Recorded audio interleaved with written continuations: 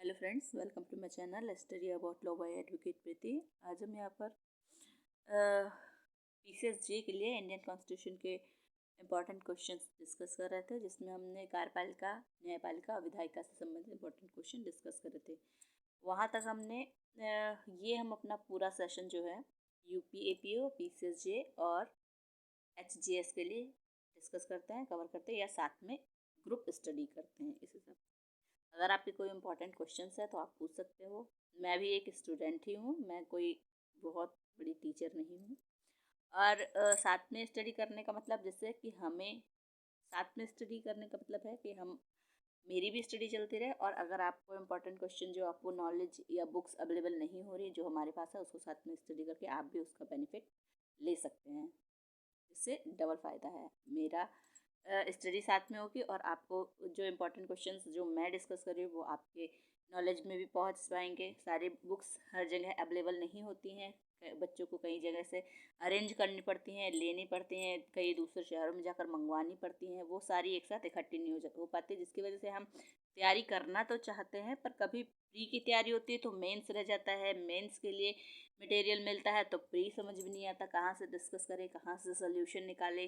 तो मेरे पास ये प्रीलिम्स स्पेशल घटना चक्र की बुक है, जो सिविल जज एपीओ की परीक्षाओं के लिए इम्पोर्टेंट है। इसमें हमारे 10 टॉपिक्स हैं जो प्री के लिए इम्पोर्टेंट सब्जेक्ट हैं, उनको दिए गए हैं। उसमें इंडियन कॉन्ट्रैक्ट एक्ट है और इंटरनेशनल लॉ, इंटरनेशनल ऑर्गेनाइजेशंस हैं, और constitution, IPC, CrPC, evidence, contract, Hindu law, मुस्लिम लॉ, और भी जो कॉन्ट्रैक्ट एक्ट के इम्पॉर्टेंट क्वेश्चंस हैं, जो मैं यहाँ पर वीडियो बनाकर आप लोगों से शेयर करती हूँ। अगर आपको पसंद आ रहा है तो हम हमारे चैनल को लाइक और सब्सक्राइब करें, और साथ में अगर जो आपकी हमसे कोई क्वेश्चंस आ रहे हैं तो वो आपसे पूछ सकते हैं। मैं कोशिश करूँगी कि आपके क्वेश्चंस का आंसर दे पाऊँ। ठीक है, हमने यहाँ पर इंडियन कॉन्स्टिट्यूशन में जो हमारा 8वां टॉपिक चल रहा था न्यायपालिका, उसके 116 क्वेश्चन है, जिसमें से हमने 49 क्वेश्चंस कवर कर लिए थे। 49 क्वेश्चंस कवर करने के बाद हम उसकी यहाँ पर डिस्कस कर रहे थे उसकी व्याख्या। क्वेश्चन हमारा यहाँ पर था कि 49, उच्चतम न्यायालय द्वारा पारित विधि भारत के राज्य क्षेत्र के भीतर सभी न्यायालयों पर आबद्ध कर है, किंतु उच्चतम न्यायालय अपने स्वयं के निर्णयों से आबद्ध नहीं है। ऐसा उच्चतम न्यायालय ने अपने किस निर्णय में विनिश्चय किया था? तो ये वाला इसका आंसर था बंगाल यूनिटी कंपनी लिमिटेड बनाम बिहार राज्य में, जो कि हमारा यूपी लॉ स्पेशल 2002 का क्वेश्चन है। इसकी व्याख्या कर रहा था कि व्याख्या में हमने देखा था बंगाल इम्यूनिटी कंपनी लिमिटेड बनाम बिहार राज्य के बाद में 1955 में उच्चतम न्यायालय ने धारित किया है कि उच्चतम न्यायालय द्वारा पारित विधि भारत के राज्य क्षेत्र के भीतर सभी न्यायालयों पर आबद्ध कर है, किंतु उच्चतम न्यायालय अपने स्वयं के निर्णयों से आबद्ध नहीं है। इस क्वेश्चन का मतलब ये है कि जहाँ पर हम देखते हैं कि जो सुप्रीम कोर्ट की गाइडलाइंस जारी की जाती हैं, जो लोअर कोर्ट्स होते हैं वहाँ पर हम उसको अप्लाई करते हैं, लेकिन उसके रीज़न से हम ये नहीं कह सकते हैं हाई कोर्ट में कि सुप्रीम कोर्ट में कि आपने जो निर्णय दिया था आप अपने निर्णय से बदल नहीं सकते हैं। तो उसी को इस केस में डिफाइन किया गया है कि बंगाल यूनिटी कंपनी लिमिटेड बनाम बिहार राज्य में कहा गया है कि सुप्रीम कोर्ट अपने ही दिए हुए निर्णयों से बाध्य नहीं है, वो इसके अलग भी निर्णय दे सकता है तथ्य और परिस्थितियों को देखकर। क्वेश्चन हमारा 50 है कि भारत के उच्चतम न्यायालय द्वारा घोषित विधि भारत राज्य क्षेत्र के भीतर सभी न्यायालयों पर आबद्धकारी है, परंतु उच्च न्यायालय स्वयं के निर्णय से आबद्ध नहीं है। ऐसा उच्च न्यायालय ने किस निर्णय में विनिश्चय किया? तो इसका आंसर वही है बंगाल यूनिटी कंपनी लिमिटेड बनाम बिहार राज्य। यहाँ पर क्वेश्चंस कई जगह दिए हैं, क्वेश्चंस के आंसर सेम है। यहाँ पर जो हमने क्वेश्चन देखा था 49, यहाँ पर भी इसका आंसर सेम था, बंगाल इम्यूनिटी कंपनी लिमिटेड बनाम बिहार राज्य। लेकिन ये क्वेश्चन जो है यूपी लोअर स्पेशल 2002 में आया है।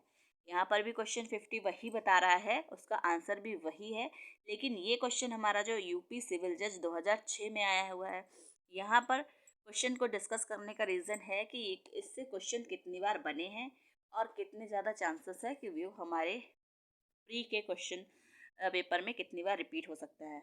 ये जो है इंडियन कॉन्स्टिट्यूशन से रिलेटेड, हम अपना न्यायपालिका से रिलेटेड क्वेश्चंस डिस्कस कर रहे हैं। एमसीक्यू जो कि क्वेश्चन नंबर 51 है। कथन है उच्च न्यायालय द्वारा घोषित विधि भारत के सभी न्यायालयों पर आबद्ध है। कथन है केवल उच्च न्यायालय द्वारा न्यायिक पुनर्विलोकन की शक्ति प्राप्त है। उपरोक्त कथनों में से निम्नलिखित कथनों में से कौन सा सही है? तो आंसर इज सी, ए और सही है परंतु आर गलत है। ये वाला सही है और केवल उच्चतम न्यायालय को न्यायिक पुनर्विलोकन की शक्ति है, तो ये वाला आंसर गलत है। क्वेश्चन नंबर 52 है कि निम्नलिखित में से किस वाद में सुप्रीम कोर्ट ने भविष्यलक्षी विनिर्णय का सिद्धांत प्रतिपादित किया है? Answer is C, IG Golaknath बनाम पंजाब राज्य। ये वाला क्वेश्चन विनिर्णय किया है क्या चीज? निम्नलिखित में से किस वाद में सुप्रीम कोर्ट ने भविष्यलक्षी विनिर्णय का सिद्धांत प्रतिपादित किया है? तो वो किया है आईजी गोलकनाथ बनाम पंजाब राज्य। ये हमारा देखो क्वेश्चंस बने हैं यूपी पीसीएस में 1998, 2002, 2005, उत्तराखंड सिविल जज 2002, यूपी लोअर 2002, एमपी पीसीएस 2004 और 5 में। इसका व्याख्या देख सकते हैं। उच्चतम न्यायालय द्वारा सर्वप्रथम भविष्यलक्षी निर्णय के सिद्धांत को गोलकनाथ बनाम पंजाब राज्य के बाद में प्रतिपादित किया है और इस सिद्धांत का आशय यह है कि सर्वोच्च न्यायालय के निर्णय को भूतलक्षी प्रभाव नहीं है। क्वेश्चन नंबर 53 है कि भारत के उच्चतम न्यायालय की किस वाद में सरकार को नारी भ्रूण हत्या के विरुद्ध विधि को पूर्व लगन के साथ कार्यान्वित करने का निर्देश दिया गया है? आंसर इज सी, सेहात बनाम भारत संघ में। ये वाला क्वेश्चन यूपी पीसीएस 2004 और उत्तराखंड पीसीएस जे प्री में 2008 में पूछा गया है। क्वेश्चन नंबर 54 है कि सुप्रीम कोर्ट को मूल अधिकारों को प्रवर्तन करने के सिवाय दूसरे उद्देश्य के लिए सशक्त किया जा सकता है यदि? आंसर इज डी, संसद उसके लिए विधि बनाए। ये एमपीपीसीएस 2004-5 में क्वेश्चन आया था। क्वेश्चन नंबर 55 निम्नलिखित वादों में से किस वाद में उच्चतम न्यायालय ने निर्णय किया है कि संविधान जनमत के आधार पर अभिभावी होता है? Answer is D, BR Kapoor बनाम तमिलनाडु राज्य। यूपी लोअर 2002 में क्वेश्चन आया है। 56 है क्वेश्चन नंबर के निम्नलिखित वादों में उच्चतम न्यायालय द्वारा किस वाद में निर्णय किया गया कि संविधान जनता की इच्छा के ऊपर अभिभावी होता है? Answer is D, BR Kapoor बनाम तमिलनाडु राज्य में। क्वेश्चन नंबर है 57 कि भारत सरकार राज्य सरकारों के बीच संवैधानिक विवाद के संदर्भ में भारत के सर्वोच्च न्यायालय को प्राप्त है? आंसर इज सी, प्रारंभिक क्षेत्राधिकार। ठीक है, इसके व्याख्या देखते हैं कि संविधान के अनुच्छेद 131 के अंतर्गत निम्नलिखित मामलों में सर्वोच्च न्यायालय को प्रारंभिक क्षेत्राधिकार प्राप्त है और भारत सरकार एक से अधिक राज्यों के बीच विवाद ख एक भारत सरकार और किस राज्य और राज्यों के दूसरी ओर विधि अधिक अन्य राज्यों के बीच विवाद ग को दो या दो से अधिक राज्यों के बीच विवाद हो। क्वेश्चन 58 है कि भारत के राज्यों के मध्य विवाद उच्चतम न्यायालय में आते हैं? आंसर इज बी, प्रारंभिक अधिकारता में। क्वेश्चन नंबर 59 है कि निम्नलिखित किस एक पर उच्चतम न्यायालय के प्रारंभिक क्षेत्राधिकार का विस्तार नहीं है? आंसर इज ए, भारत सरकार के विरुद्ध निजी व्यक्तियों द्वारा लगाए गए मुकदमों में। क्वेश्चन नंबर 60 है कि सी के दफ्तारी बनाम OP Gupta AIR 1971 1971 supreme court को 1132 के निर्णय के अंतर्गत था? आंसर इज डी, उच्चतम न्यायालय को अवमानना। ये यूपी लोअर स्पेशल 2002 में आया है। क्वेश्चन नंबर 61 है कि यह कहना सही है कि? आंसर इज डी, उच्चतम न्यायालय आंसर इज डी है, उच्चतम न्यायालय के राज्य क्षेत्र के किसी न्याय या अधिकरण द्वारा किसी वाद या मामले में पारित किए गए किसी निर्णय या आदेश को अपील के लिए विशेष अनुमति दे सकेगा। क्वेश्चन नंबर 62 है कि सिविल मामलों में उच्च न्यायालय द्वारा भेजी गई अपील में सर्वोच्च न्यायालय की अपीलीय अधिकारता सीमित है और सिर्फ? आंसर इज बी, विधि के सारवान प्रश्न तक। क्वेश्चन नंबर 63 है सूची 1 को सूची 2 के साथ सम्मिलित कीजिए, सूचियों के नीचे कोर्ट की सहायता से उत्तर का चयन कीजिए। ठीक है, यहाँ पर हम इसका आंसर है फर्स्ट वाला 3421 3421। ठीक है, यहाँ पर है एक है उच्चतम न्यायालय को अपने निर्णयों के पुनर्विलोकन की शक्ति है? आंसर इज ए, अनुच्छेद 137 में उच्चतम न्यायालय द्वारा घोषित विधि सभी न्यायालयों पर आबद्ध है? आंसर इज बी, अनुच्छेद 141 में उच्चतम न्यायालय के विशेष इजाजत की अपील प्रदान करने की शक्ति है? आंसर इज सी, अनुच्छेद 136 में। और उच्चतम न्यायालय में अपील के लिए प्रमाण पत्र अनुच्छेद 134 डी। क्वेश्चन नंबर 64 है कि संविधान के किस अनुच्छेद के अधीन उच्चतम न्यायालय किसी मामले में किसी न्यायालय द्वारा दिए गए किसी निर्णय को अपील के लिए विशेष इजाजत दे सकता है। आंसर इज बी, अनुच्छेद 136 में। क्वेश्चन नंबर 65 है, संविधान के किस अनुच्छेद के अंतर्गत उच्चतम न्यायालय किसी मामले को पुनः विचारण के लिए राज्य के बाहर आंतरिक कर सकता है? आंसर इसी अनुच्छेद 139 क में। 66 है, संविधान के किस अनुच्छेद में 136 के अंतर्गत उच्चतम न्यायालय निम्नांकित में के विरुद्ध अपील नहीं सुन सकता है? आंसर इज डी, सेना न्यायालय द्वारा दिए गए दंडादेश। यूपीपीसीएस प्री 1999 का है। क्वेश्चन नंबर 67 है, उच्चतम न्यायालय में उन आपराधिक मामलों में अपील करने का अधिकार है जिनमें कि उच्चतम न्यायालय आंसर इज डी दोष मुक्त को उलट कर अभियुक्त को मृत्युदंड दे सकता है। ये यूपीपीसीएस प्री 1998 का क्वेश्चन है। क्वेश्चन नंबर 68 है कि सिविल मामलों में उच्चतम न्यायालय से अपील, उच्चतम न्यायालय की अपीलीय अधिकारिता सीमित है। आंसर इज ए, विधि के सारवान प्रश्न तक। क्वेश्चन नंबर 69 है कि एक मामले में उच्चतम न्यायालय को अपील हो सकेगी और इसमें अंतर्ग्रस्त है। आंसर इज सी, विधि का एक सारवान प्रश्न। क्वेश्चन नंबर 70 है कि संविधान के किस अनुच्छेद के अधीन भारत का राष्ट्रपति उच्चतम न्यायालय को परामर्श ले सकता है? आंसर इज ए, अनुच्छेद 143 में।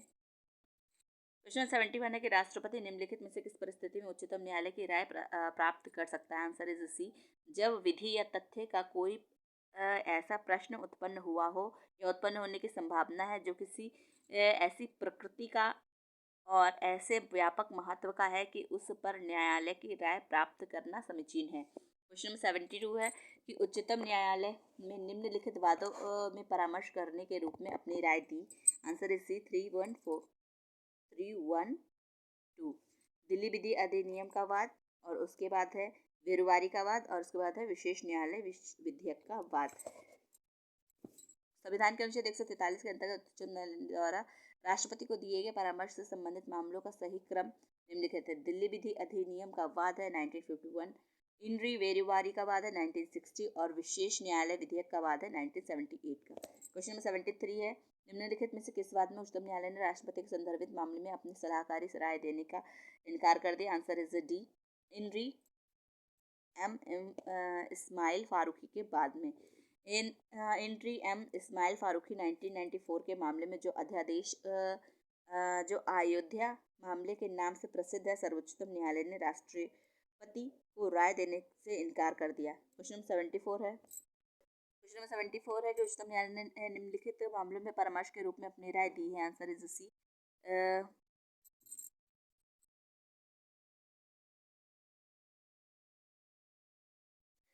दिल्ली विधि अधिनियम का मामला, विशेष न्यायालय विधेयक का मामला और बेरुवारी का मामला। दिल्ली विधि अधिनियम का मामला, बेरुवारी का वाद है और विशेष न्यायालय विधेयक का मामला। इसमें जो है सन के हिसाब से दिखाया गया कि किस सन में कौन सा वादा है। दिल्ली विधि अधिनियम का वाद 1951 में आया, बेरुवारी का 1960 में, तथा विशेष न्यायालय विधेयक का वाद 1979 में आया है। क्वेश्चन नंबर 75 है, संविधान के अनुच्छेद 145 के अधीन उच्चतम न्यायालय की पद्धति एवं प्रक्रिया को विनियमित करने वाले नियमों की राय की जाती है। आंसर इज बी, भारत के राष्ट्रपति के अनुमोदन से उच्चतम न्यायालय द्वारा। क्वेश्चन नंबर 76 है कि किस अनुच्छेद के तहत राष्ट्रपति राम जन्मभूमि बाबरी मस्जिद के मामले में उच्चतम न्यायालय में भेज सकता है? आंसर इज सी, अनुच्छेद 143। क्वेश्चन 77 है, निम्नलिखित में से कौन सा संयोजन सही सम्मिलित है? आंसर इज सी, थर्ड वाला, केवल मूल अधिकारों का प्रवर्तन का अधिकार अनुच्छेद 32 में है। क्वेश्चन नंबर 78 है, उच्चतम न्यायालय द्वारा उच्च न्यायालय के विरुद्ध समुचित रिट निकाल सकते हैं? आंसर इज सी, समान कार्य के लिए समान वेतन की व्यवस्था हेतु। क्वेश्चन नंबर 79 है, रिट्स कौन जारी करता है? आंसर इज डी, उच्च न्यायालय। क्वेश्चन नंबर 80 है कि प्रारंभिक अधिकारिता एवं अन्य मामलों के संदर्भ में कौन सा न्यायालय रिट स्वीकार करेगा? आंसर सी, उच्चतम न्यायालय। क्वेश्चन नंबर 81 है कि उच्चतम न्यायालय ने किस वाद में निर्णित किया है कि स्वतंत्र एवं निष्पक्ष चुनाव संविधान का मूलभूत ढांचा है? आंसर इज बी, राजनारायण बनाम Shrimati Indira Gandhi, UP lower special 2002 और यूपी लोअर स्पेशल 2005 में आया। क्वेश्चन नंबर 82 है कि निम्नलिखित में से किस वाद में उच्चतम न्यायालय ने भारतीय संविधान के संघात्मक की तुलना में एकात्मक कहा है? आंसर इज बी, इनरी अंतर्गत धारा 100 अनुच्छेद 143 143। क्वेश्चन नंबर है 83 है कि किस वाद में उच्चतम न्यायालय ने निर्णित किया है कि संविधान जनता की इच्छा के ऊपर अभिभावी होता है? Answer is B, B.R. Kapoor बनाम तमिलनाडु राज्य। क्वेश्चन नंबर 84 है कि प्रत्येक नागरिक आदर और गरिमा के साथ राष्ट्रीय ध्वज को फहरा सकता है और यह निर्णय उच्चतम न्यायालय ने दिया है। आंसर इज बी, भारत संघ बनाम नवीन जिंदल में। क्वेश्चन नंबर 85 है कि उच्चतम न्यायालय ने आरोग्य कर याचिका क्यूरेटिव पिटिशन के उपचार का प्रयोग किस वाद में किया था। Answer is C, Rupa Ashok Hurra बनाम अशोक हुर्रा। 86 है उच्चतम न्यायालय ने किस वाद में अधिकथित किया कि राज्यपाल को विधानसभा के विघटन की संस्तुति का कार्य संविधान के परीक्षण के उद्देश्य मात्र से होना चाहिए। आंसर इज सी, रामेश्वर प्रसाद बनाम भारत संघ के बाद में। क्वेश्चन नंबर हमारा 87 है कि मुख्य न्यायाधीश से अन्यथा उच्च न्यायालय का प्रत्येक न्यायाधीश नियुक्त किया जाता है। आंसर इज सी, राष्ट्रपति द्वारा भारत के मुख्य न्यायाधीश और उस राज्य के राज्यपाल तथा उच्च न्यायालय के मुख्य न्यायाधीश के परामर्श के उपरांत। क्वेश्चन नंबर 88 है कि उच्च न्यायालय ने अपर और कार्यकारी न्यायाधीशों की नियुक्ति राष्ट्रपति के द्वारा की जा सकती है, परंतु ऐसी नियुक्ति की जाती है। आंसर इसी 2 वर्ष से अधिक नहीं होगी। क्वेश्चन नंबर 89 है भारत के राष्ट्रपति सम्यक रूप से अर्हत व्यक्तियों को अपर अतिरिक्त न्यायमूर्ति नियुक्त कर सकता है। आंसर इसी केवल उच्च न्यायालय में। क्वेश्चन नंबर 90 है कि संविधान के अनुच्छेद 224 के अंतर्गत राष्ट्रपति उच्च न्यायालय में अपर न्यायाधीशों की नियुक्ति कर सकता है और इस प्रकार नियुक्त न्यायाधीश पद धारण कर सकेगा। आंसर इज बी, 2 वर्ष से अधिक नहीं।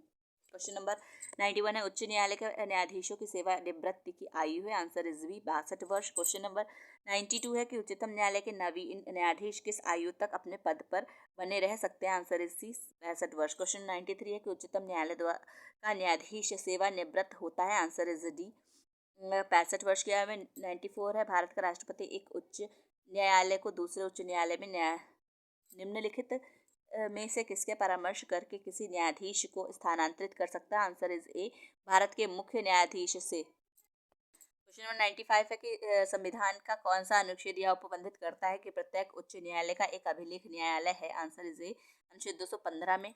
क्वेश्चन नंबर 96 है कि उच्च न्यायालय के न्यायाधीशों की नियुक्ति के लिए कौन सी अर्हता नहीं है। आंसर इज सी, उसने 35 वर्ष की आयु प्राप्त कर ली हो। क्वेश्चन नंबर 97 है कि अब तक भारत के उच्चतम न्यायालय में कितने न्यायाधीशों की नियत अवधि समाप्त करने से पूर्व ही महाभियोग के द्वारा हटा दिए गए हैं। आंसर इज डी, कोई नहीं। क्वेश्चन नंबर 98 है कि निम्नलिखित में से कौन अपने पद पे असमर्थता के आधार पर हटाया जा सकता है। Answer is D, answer is B, उच्च न्यायालय के न्यायाधीश। क्वेश्चन नंबर 99 है कि उच्च न्यायालय के न्यायाधिपतियों के वेतन व पेंशन के बारे में निम्नलिखित कथनों में से कौन सा कथन सही है। आंसर इज डी, वेतन राज्य की संचित निधि पर आधारित होगा एवं पेंशन भारत की संचित निधि पर आधारित होगी।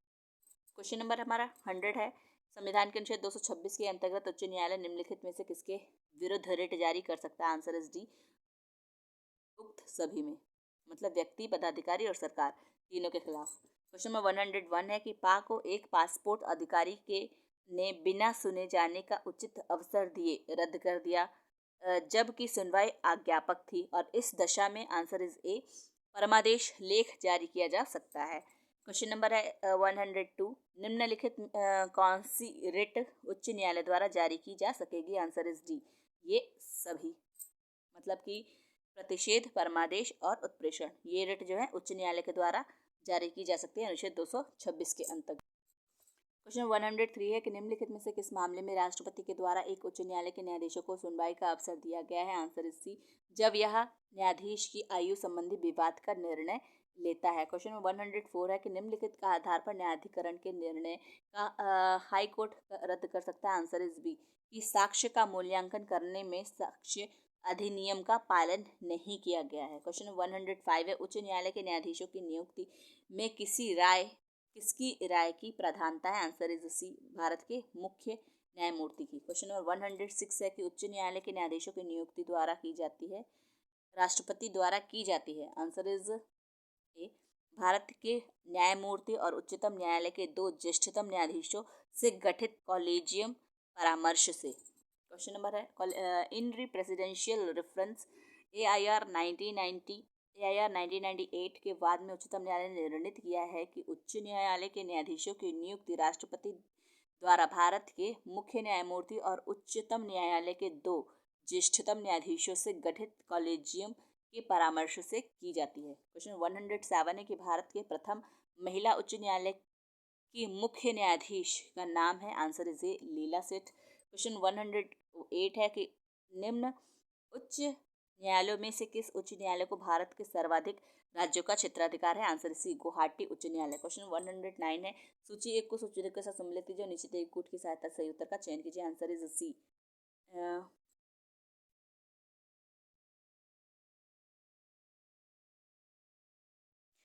अनुच्छेद 61 है, राष्ट्रपति पर महाभियोग। अनुच्छेद 172 है, उच्चतम न्यायालय से तदर्थ न्यायाधीशों की नियुक्ति। अनुच्छेद 215 है, उच्च न्यायालय के अभिलेख न्यायालय। और अनुच्छेद 71 है, राष्ट्रपति या उपराष्ट्रपति के निर्वाचन से संबंधित विषय। क्वेश्चन नंबर 110 है कि संविधान के अनुच्छेद 227 के अंतर्गत निम्नलिखित में से किसे उसकी अधिकारिता के क्षेत्र में स्थित सभी न्यायालयों और अधिकरणों पर अधीक्षण करने की शक्तियां प्राप्त है? आंसर इज डी, उच्च न्यायालय। क्वेश्चन नंबर 111 है कि उच्च न्यायालय के अधिकारियों एवं कर्मचारियों की नियुक्ति कौन करता है? आंसर इज ए, उच्च न्यायालय का मुख्य न्यायाधीश। अनुच्छेद 112 है कि जिला न्यायाधीश की नियुक्ति कौन का प्रावधान है? आंसर इज बी, अनुच्छेद 233 में। क्वेश्चन 113 है कि निम्न कथनों में से कौन सा कथन सही है? आंसर इज डी, संबंधित राज्य की सीमा से स्थित सभी सिविल न्यायालय पर उच्च न्यायालय का अधीक्षण होता है।